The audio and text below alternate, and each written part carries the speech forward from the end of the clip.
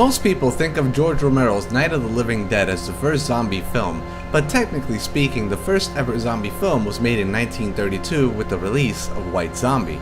Starring Dracula himself, Bela Lugosi, the film told the story of a voodoo priest who could manipulate people and control the dead through such powers. With his abilities, he attempts to rule over his homeland and make the film's leading lady his zombie bride. Of course, this wasn't a zombie movie in the traditional sense, but more so in the cultural sense, as it took many cues from Haitian culture, which is where zombies originated from.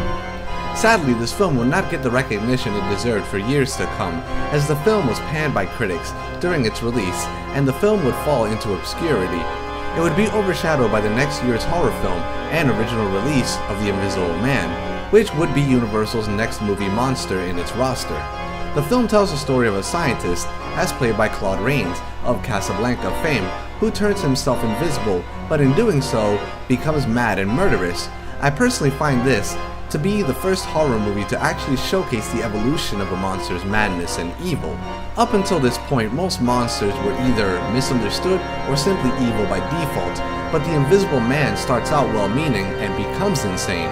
This would be a technique used by horror directors for years to come, with more human characteristics in an attempt to showcase the horrors of reality instead of those of the paranormal. Join us next time as we take a look at the first horror sequel as we leave the golden age down the road of horror.